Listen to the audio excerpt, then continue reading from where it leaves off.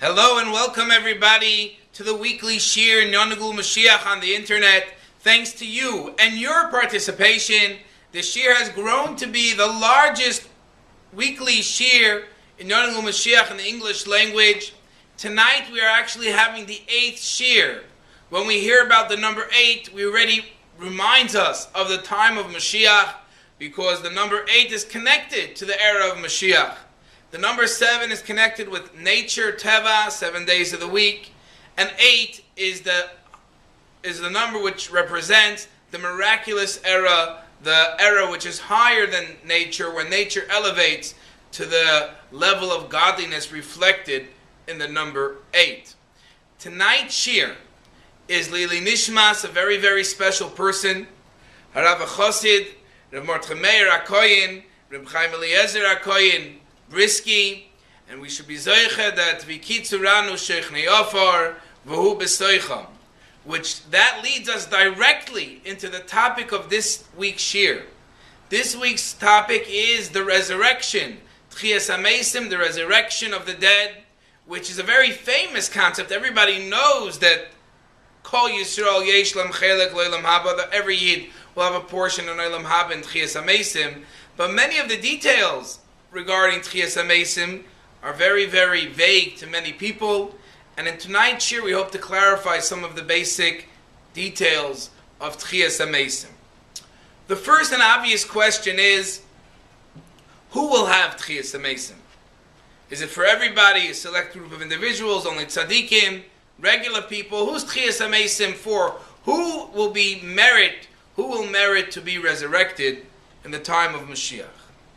So that the Mishnah tells us in Masechta Sanhedrin, and it's one of the 12 psukim that every child knows. Kol Yisrael yesh lahem chelek lo'olam haba. Shenemar v'yamech kulam tzadikim lo'olam yirshu oretz neitzer matoi masayodei lispoir. Which means that every single Yid will have a portion in Olam Haba, which is the time of their Geula. In other words, every single Yid, whether he's a very righteous person or a regular person, he will merit to be resurrected in the time of Moshiach. So this part of the mission everybody knows, and therefore if you ask your average person who has a part in Olam Haba, the answer will be everybody. But many people, they don't learn the second part of the Mishnah. The Mishnah gives a whole list of ve'elu she'ein lahem chelek. There's a whole group of people that do not have a portion in Olam Haba. And the Mishnah and the Gemara and the Rambam list 24 groups of people that do not have a portion in Olam Haba. This would seem that there's a large group of Yidden that do not have a part in Olam Haba. So this question was addressed to the Rebbe in the early years, and the Rebbe wrote a long, long letter in Igros Kodesh Chelek Beis, Amud Samach 65, page 65, where the Rebbe outlines different rules and different ways to bring Jews back, so to speak, to say that even those people which, according to the Mishnah, may not have a part in Olam Haba, nevertheless they can have a part in Olam Haba. I'm not going to be able to go through all the Talmudic discussion in that letter, but I will give you the results. What are the final conclusions that the Rebbe comes up with? And he divides it into 5. First of all, the Rebbe proves from the Gemaras that anyone that did tshuva before he passed away, even if he originally was part of those groups that do not merit Olam Haba, he will be able to come back. Secondly, if they have a righteous son or a righteous father, daven for them, so even if in their own merit they won't come back, but in the merit of their son, we'll be able to bring them back. Another thing is, even if it's not a relative, if they have a friend who davens for them and did maisim toivim in their honor, that itself gives them enough schusim to bring them back to Techiyas Hameisim. Another way is, let's say somebody has no friends or holy relatives to help them. If they were disgraced after their death, they also get an Olam Haba. And then the Rebbe says, I found a very fascinating sefer. And this sefer says like this. This that the Mishnah says, Elu she'ein lohem chelek, that there's a group of people that do not have a portion, that means in their own merit, they don't have a portion. But the Eibishter at the end of the day will have Rachmanis and bring back every single Yid on his cheshbon, on his account. True, they don't deserve it, but on Hashem's account, the Eibishter will bring back all the Yidden to Techiyas Hameisim. So the final conclusion is that truly, Kol Yisrael yesh lem chelek lo'elam haba. Now that we explained this thing, that every single Yid has a chelek in olam haba, so now we're going to discuss different details about Techiyas Hameisim. For example, where will Techiyas Hameisim take place? So the Gemara in Ksuva says that all people will be resurrected. The Techiyas Hameisim is going to happen in Eretz Yisrael. Those that were buried outside Eretz Yisrael are going to have to roll underground in special tunnels that will be made in order to reach Eretz Yisrael. And that's why we know that Yaakov Avinu said, "Nesasanim in Mitzrayim."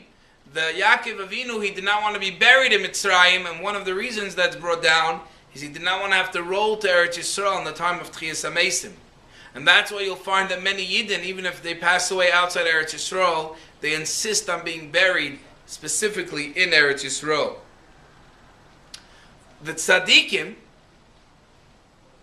will not have to suffer so much in the rolling. It will be a much smoother gateway and tunnel to Eretz Yisrael, but nevertheless, they will have to go to Eretz Yisrael. How will people look like when they get resurrected? The Medrash brings something very interesting. He says, that writes over there, and this is Breishis Rabbah Perek Tzadik Hey, that people will look exactly the way they looked before they passed away. Which means, let's say somebody was originally blind, so they will be resurrected, Techiyas Hameisim, as a blind person, and only then will they be cured. And the answer that's given is, and the reason, why is it like that?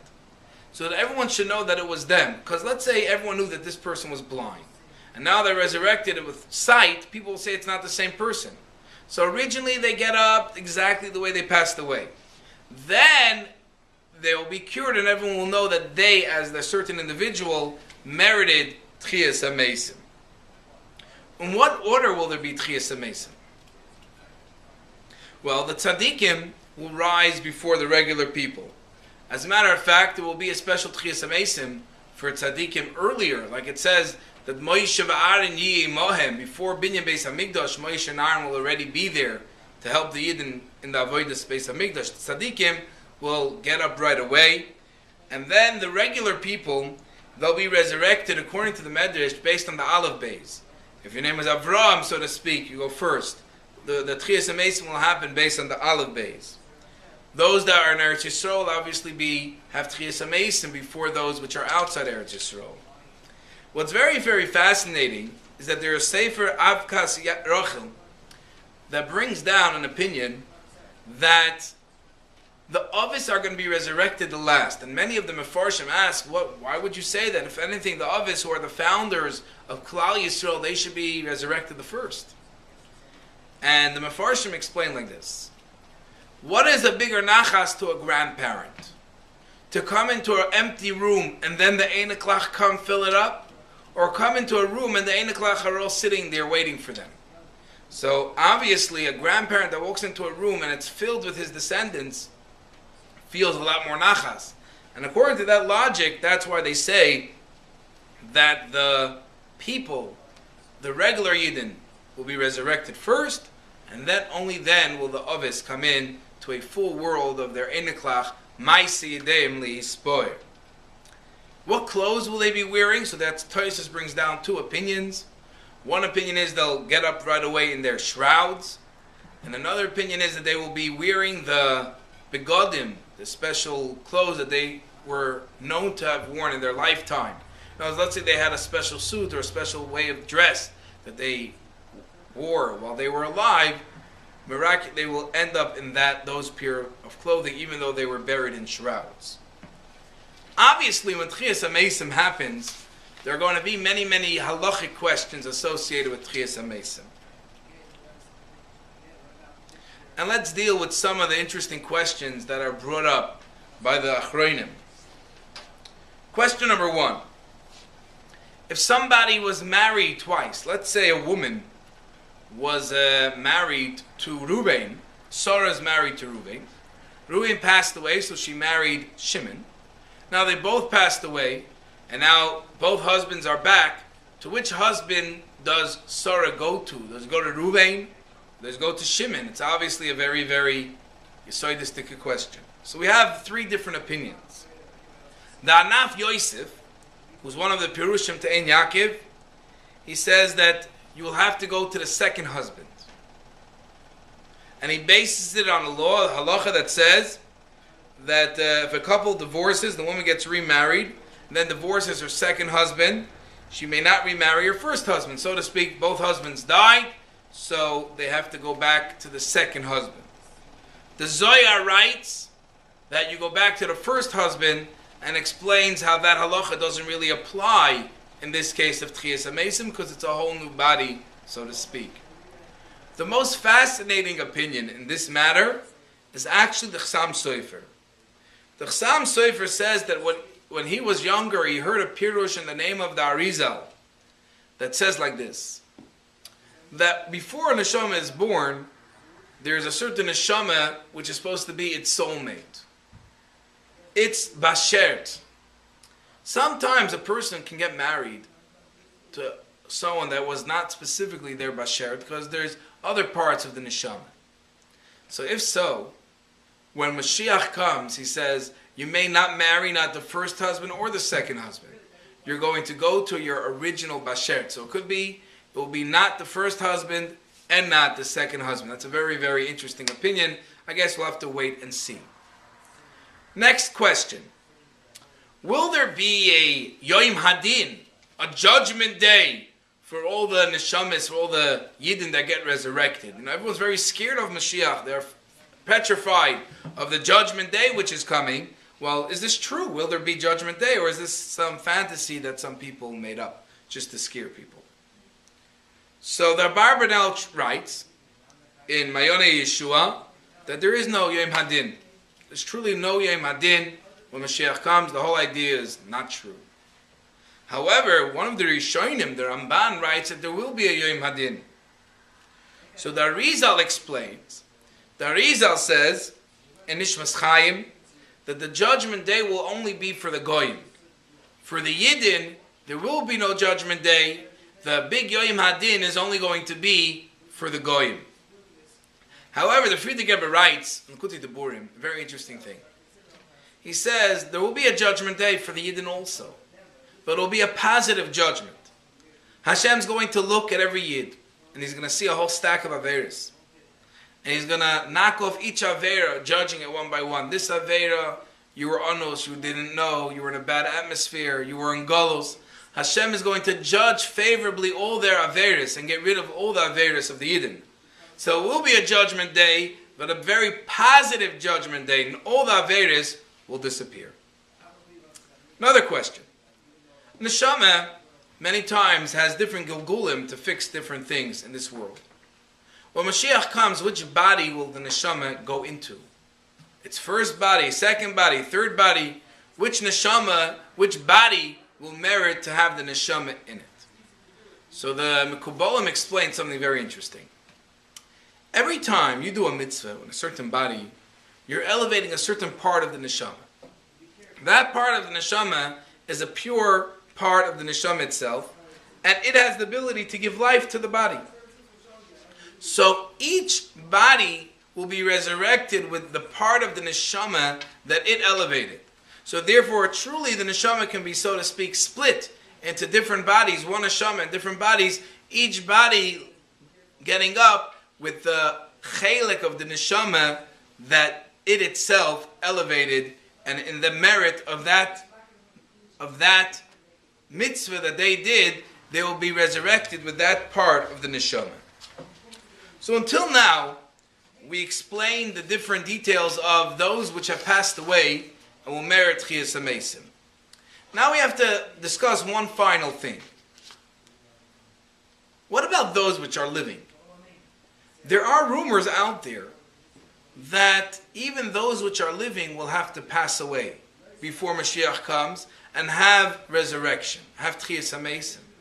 Is there any source, any validity to those rumors? Is this true? Does that mean that everyone watching this video, when Moshiach comes right now, they're all going to have to pass away? That's pretty scary. That is scary. Is this true? So you have to take a minute and listen to what I'm going to say. Conceptually and historically, this is actually a very valid opinion. And let me explain why. In general, why is there death in the world? Why did Eibishter create death? We know Hashem, originally the plan was that people would live forever. So Adam, Arishin, Chava, they eat from the Chedei Tzadas, and all of a sudden they have to die. How does death fit in over here? So the Rabbeim explain that what happens like this. The moment they ate from the Chedei Tzadas, there was a certain element of klipa that came into the human being's body. And if that person would live forever, so part of klipa would live forever also. So the person's body has to pass away, return to the ground, so to speak, let the klipa out, and then when Moshiach comes, can be resurrected anew without the klipa inside. So with this reasoning, and that's actually brought down in the Zohar, it's not just a folk tale. According to the Zohar, truly every single Yid will have to pass away even for a second before Techiyas Hameisim. But our Rebbe, who, first of all, like we saw previously, he brings every Yid back to Techiyas Hameisim. He's Melamed Zchus for all Yidden. B'chlal, we know that one of the characteristics of Moshiach is somebody that always finds Zchusim for Yidden. And this is brought down regarding Gideon. It says, why was Gideon given the job as the leader of the Jewish people? Because he found Zchusim for Yidden. And in Kedushas Levi, the Barditchever says, if you want to find someone that has Moshiach, the first thing you have to look for is somebody that's Melamed Zchus for Yidden. So the Rebbe is always being Melamed Zchus, elevating all the different Yidden that may have sinned throughout the generations. The Rebbe always finds reason to elevate them. And the Rebbe here teaches us something amazing also. There's a Maimer Bila Mavas Lanetzach Toshin Chavhei. And in that Maimer, the Rebbe, in footnote 36, or 36, the Rebbe says like this. If we nullify our ego and our mitzias in this world, then we will not have to literally pass away. Like we say, V'nafshi ka'afar lakol tiyah b'sach libim seresecha. If we merit to annul and get rid of our ego and return it, so to speak, to the dust in a spiritual sense in this world, that will be okay. We will not have to go through the physical process of passing away before Moshiach. So I'm sure every one of us, every one of you for sure, who have taken the time to watch this video to this point, for sure have that type of bittul, and for sure will merit to go directly, right away, to Techiyas Hameisim, to meet all the Yidden from all the generations together in Yerushalayim Mir HaKodesh. I want to wish a very special Mazel Tov to a very special Bocher, Hatomim Yoske Greenberg, on his engagement, and in the schus of his engagement, we should be zoichet to what it says, Meheira Yishama Ba'are Yehuda V'chutzes Yerushalayim. We should be zoichet to the time of Geula, Kel Sasain, Kel Simcha, Kel Chasim, Kel Kala, the time of Geula. If anyone wants to help the shir, share the shir with your friends, family, relatives, workers, co-workers, anyone you know, to get them involved in the special tkufa of Moshiach. But if anyone wants to donate money, and the shir should be l'schus anyone they know, you can email the shir at moshiachweekly@gmail.com. That is moshiachweekly@gmail.com. Looking forward to seeing you, your friends, family. Third base Hamikdash, Yerushalayim Mir HaKodesh, B'mheira V'yameinu Mamish.